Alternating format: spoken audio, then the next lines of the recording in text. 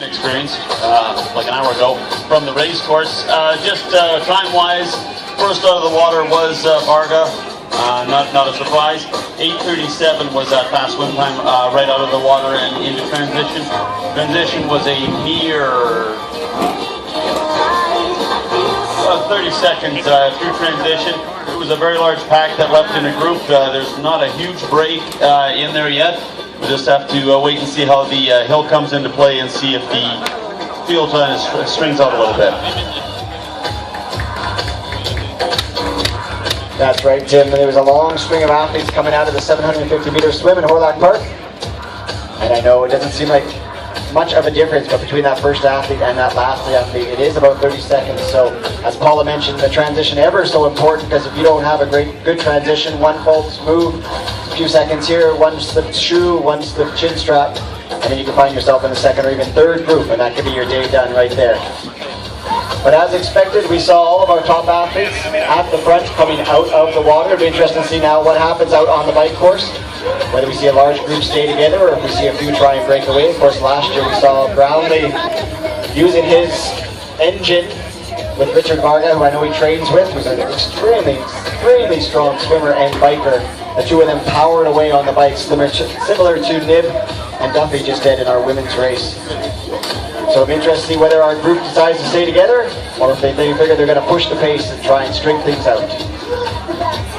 Steve, we're just taking a look here at the numbers. It looks like we had about a 20 athlete in that first pack, all within 20 seconds of each other. So, unlike the elite women's race that we just witnessed, it doesn't look like we've got anybody taking a break off the front yet, but it's early in the race.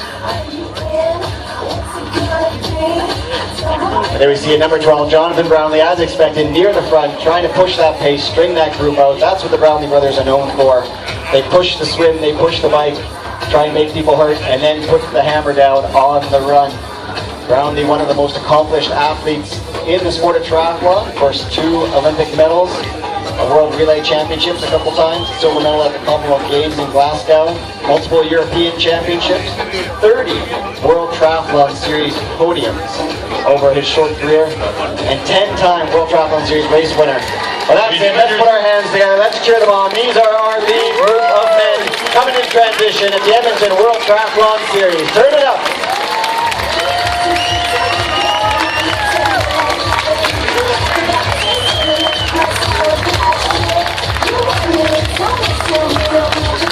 And here comes our chase group. Interestingly enough, all 3 of our Spaniards are in this chase group. So that front group has decided they're not going to want to run with these Spaniards.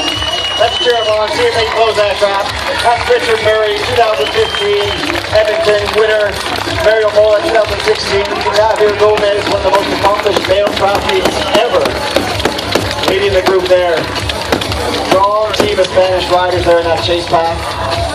I think that front group has decided they're not going to leave things down to the run with such quick, fleet-footed Spaniards in that group.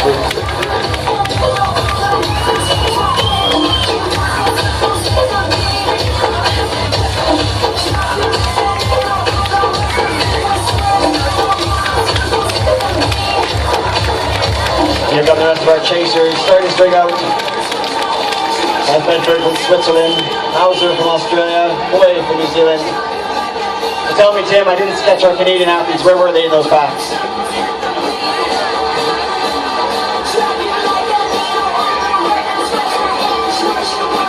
Well, we've got Matthew Stark in the second pack group. Not a lot of space in between. The lead group was 9. The next group was there was about 23 people in there, our racers in that second group, and he was in that group.